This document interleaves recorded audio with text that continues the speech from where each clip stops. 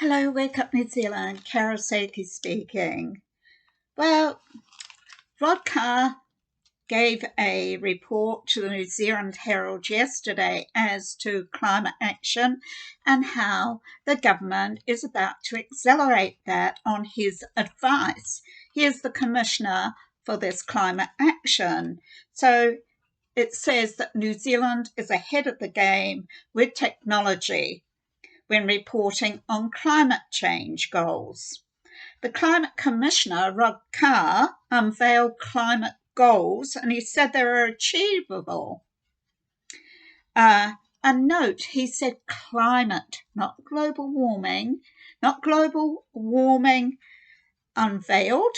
It was climate change, a play on words. And we all know that climate change is variable and it's been here for 4.5 billion years. So there's that play on language, on words, on text. The report provided by Rod Carr spelled out wholesale transformation across every corner of New Zealand's economy, infrastructure, and agriculture, in every aspect possible across New Zealand. It's massive. This redesigning, transitioning, infrastructure, societal, income, economy, educational, etc., etc., etc. Everyone will be touched by this. So it's the housing. He talks about housing in highly condensed areas. Now we're looking at all these pack and stack apartments going up. This is all part of it. So highly condensed areas with lots of pack and stack apartments, no gardens for kids. Urban forestry, that is a plan of the Auckland City Council, councils across New Zealand, all part of the Climate Action Plan, where masses of trees alongside urban streets and city streets as a canopy to block out the sun. So imagine when those roots get into the concrete and a storm comes along and blows those branches off the trees, etc., and the maintenance costs to that. So also an increase in forestry too in rural areas. So when we think of Auckland City Council, we're talking about the 2019 to 2050 plan, which they're rapidly acting upon. And that is Urban Habitat 3. That's a UN urban housing plan. So Rod Carr was talking about from cars we drive and the import of cars. How about slowing that down? That's what he's talking about. Less petrol cars, really severely culling sheep and cows that we form, the backbone of our New Zealand farmers is going to be broken even more. They're already suffering, but it's going to be increased. So he's talking that farmers will be severely targeted. And so from the forest and rural areas to urban forests. An extremely radical transformation, changing New Zealand forever. And that's what he said, changing New Zealand forever. That is absolutely massive. The government will follow this plan, whether it hurts New Zealand or not. So it's going to destroy New Zealand's economy. It's going to have rural farmers migrating to urban city areas, and that's what they want. And they want many, many more hectares of native trees. So the Commissioner for Climate Change, this was born out of the New Zealand Carbons Act to limit global warming by 1.5%. Now the Commission's advice yesterday was to recommend 1 to 5 year emission budgets from hence on in. So as the government can stay on track to zero carbons for 2050, and when they say zero carbons for 2050, they mean up to 2050.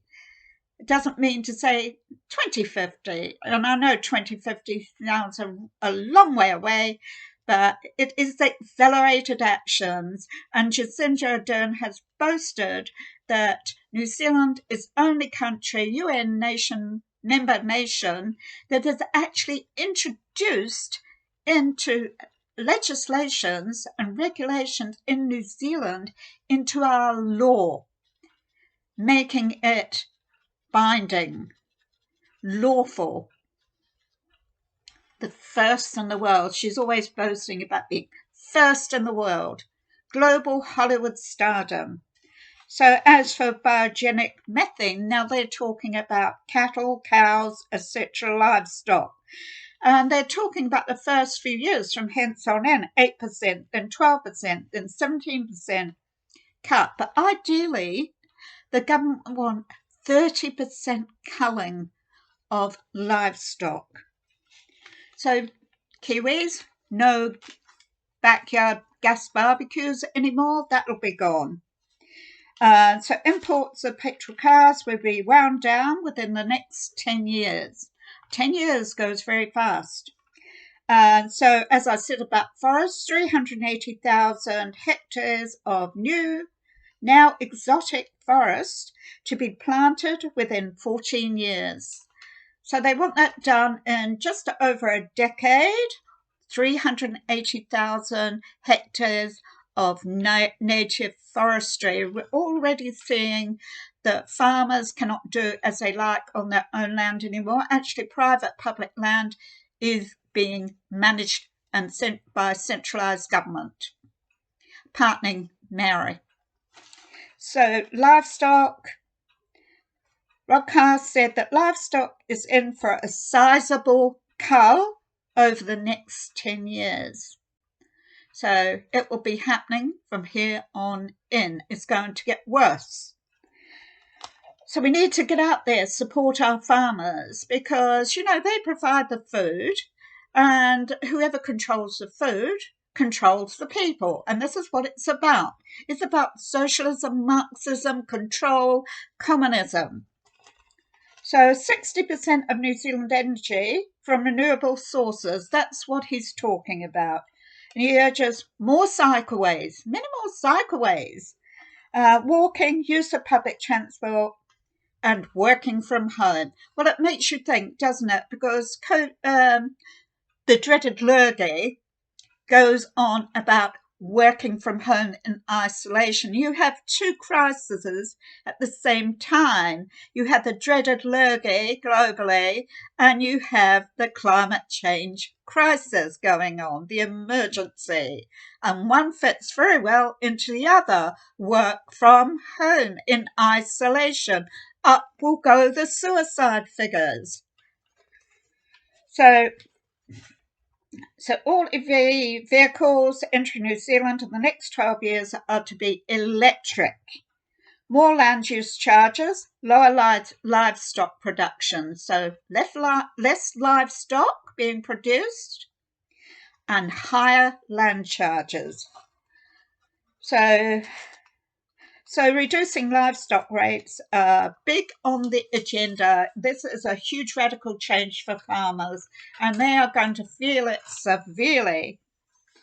And Ardern is calling for accelerated actions as being the first in the world to show other countries the way. So first global cooling, it started with global cooling, then holes in the ozone layer, and then it was global warming, then climate change, then climate emergency. They had to arrive at climate change because it was being found out and being told globally by real scientists what the truth really is about this global warming, where in the Middle Ages, global warming was much hotter than it is now. The globe was much hotter than it was now. And we didn't have carbon emissions, we didn't have cars, and there weren't masses of sheep and livestock. And there wasn't coal being burnt.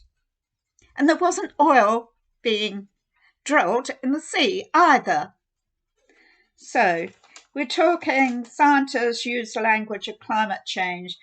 Even Rob Carr's report in New Zealand Herald yesterday, the report went on climate change, climate change, climate change. So he talked about 2018 to climate in 2021. 3 years. We're not talking long-term climate change. He is utilising a small time. This is all bullcrap. So, and we know climate's been changing for 4.5 billion years, and it's variable. And you can't argue climate change is happening. So they utilise that word. So when it's cold outside or it's snowing on the hills, they can still use the word climate change.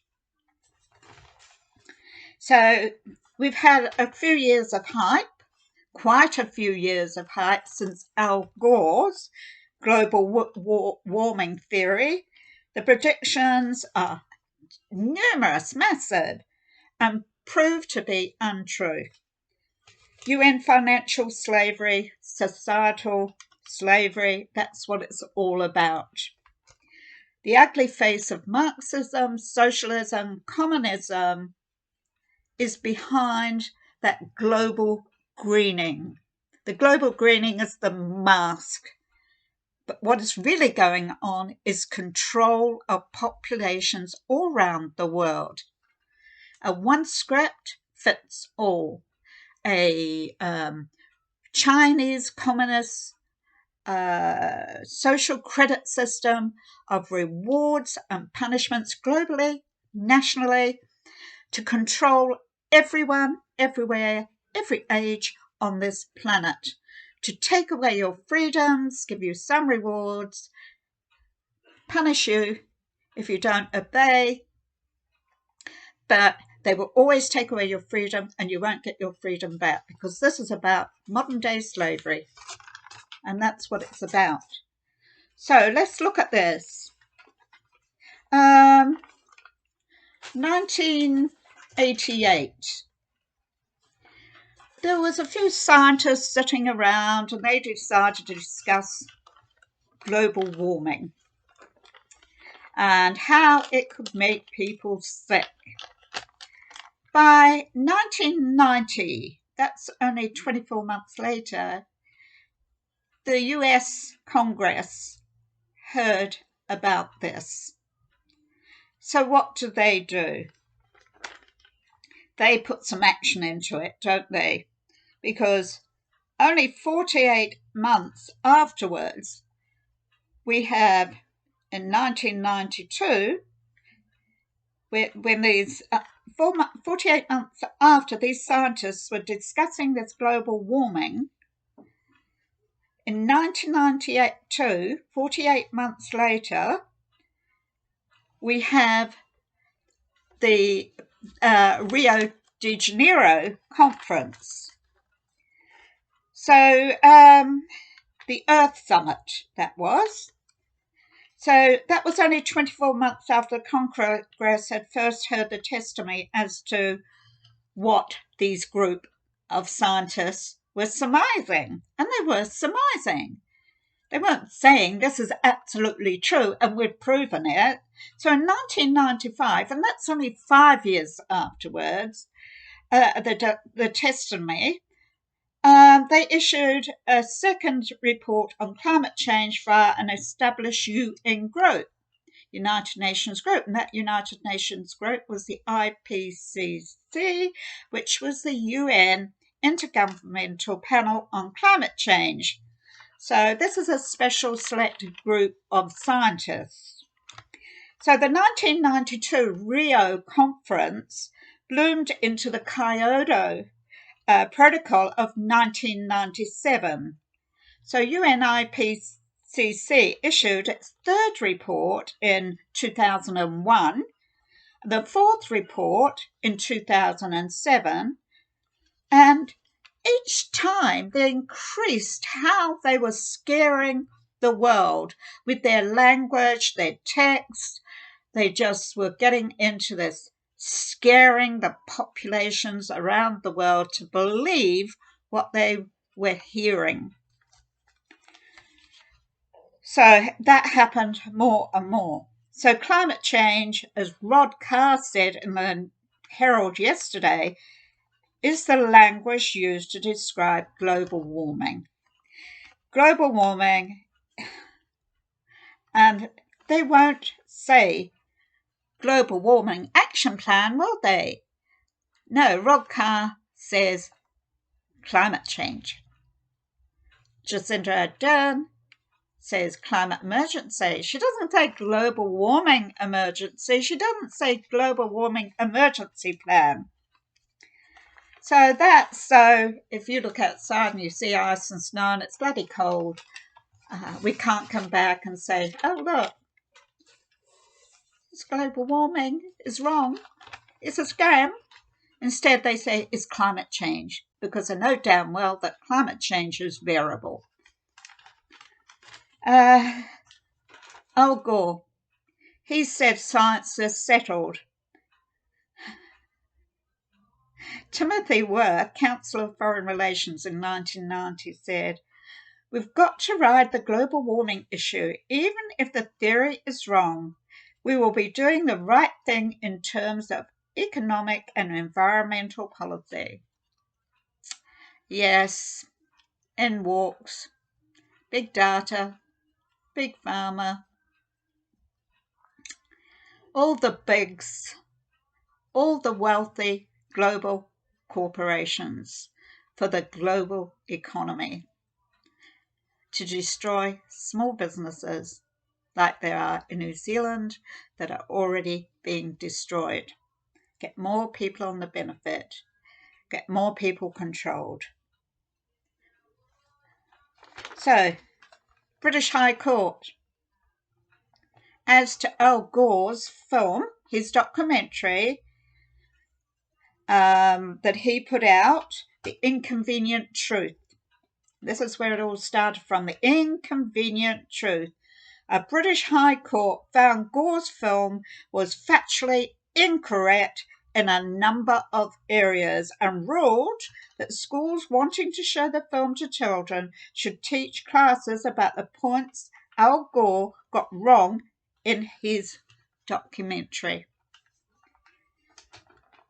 And Al Gore, a master storyteller, and has made a fortune out of his storytelling about global warming.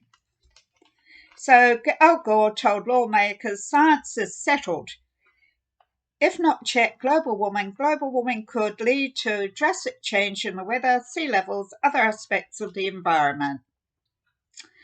All this propaganda, and the propaganda goes on and on and on, and there's no public debate. You're not allowed to public debate it to prove him wrong, to prove anything wrong these days, especially if it opposes the narrative. So let's look at this and propaganda, Nazi propaganda. Joseph Goebbels once said, if you tell a lie big enough, keep repeating it, people will eventually believe it. And that's absolutely true. We see it going on today. There's white supremacy, this racist stuff, etc. It's all propaganda right the way through. So what are we looking at? We've had much talk about UN Agenda 2030 with its 17 global sustainable goals by the UN, partnering with the World Economic Forum, where you've got the big ones, the wealthy companies, the wealthy corporations waiting there to jump on in and save the damn planet. And those 17 global goals of the UN Agenda 2030, each one includes climate alarmism. And 14 out of 17 of them include vaccines. So I asked you, you have two crises in the world, UN Agenda 2030. And in 2019, before the dreaded lurgy crisis, at the end of 2019, the global shutdown of the world, the UN had several high-powered meetings, accelerated actions to UN Agenda 2030, and there it's noted they said that the goals were failing. They would never be able to reach the goals by 2030, and they needed action now. And they must use this window, this small window of opportunity to act now, accelerated actions. And here we have two major crises, alleged crises in the world. So, and these alleged crises to bring about UN Agenda 2030 to control everyone, everywhere, every age on this damn planet, where children are taught by a one script learning, where they are already taught about UN Agenda 2030 and socialism in the classroom. So transitioning, redesigning how you live, what you eat, how you travel, how you get from A to B, how, where, what. The control of your health and well-being by well-being indicators, rates, not numbers. Can be highly influenced, persuasive, that reward the government's policy making to control you, all part and parcel of it, all part of UN. So global national Chinese credit system rewards punishments, take away your freedom, never give back your freedom, a slavery to the cause, the global cause, where it's a destruction of human rights, civil liberties, your freedom to speak, your freedom to thought, your freedom of opinion. They take away your freedom of voice, thought, opinion, belief, etc. They have taken away your personal identity. If the choices are taken, the freedom of choice is taken away from the people of the country, then they have taken your country away. It is no longer a sovereign country. So that's what we're looking at. The destruction of traditions, replacing them with this so-called modernization, the globalization, the destruction of Christian values and morals, replacing them with warped morals, and your individuality being stolen from you. So people, please wake up, because this is acting out very, very, very fast. And our farmers are going to be the first one who are hammered with it. They are being hammered with it now, but it's going to get worse for them, a lot worse. So people, I asked you to look at Rob Carr's report, see what he's put in that, and what are we going to do about it? You know, surely we must do something. I'm me sitting here as a keyboard warrior. I always join those people and speak up when there are rallies. We're peaceful people and we speak out. We want our voice heard. We oppose the narratives that are going on that are destroying our country. But we're also being targeted. Until there's a lot more people speaking up, we will continue to be targeted. And then who's going to speak up then? We don't do it for ourselves. We do it for many reasons. I do it for my family. I do it for New Zealand. I love New Zealand. I do it because I put our interests in New Zealand, the people's interests in New Zealand first. I'm patriotic, like many other people are. So people, we need to get on board with this because we need to save our farmers, we need to save our children. So thank you so much for listening to me, and please share, and subscribe.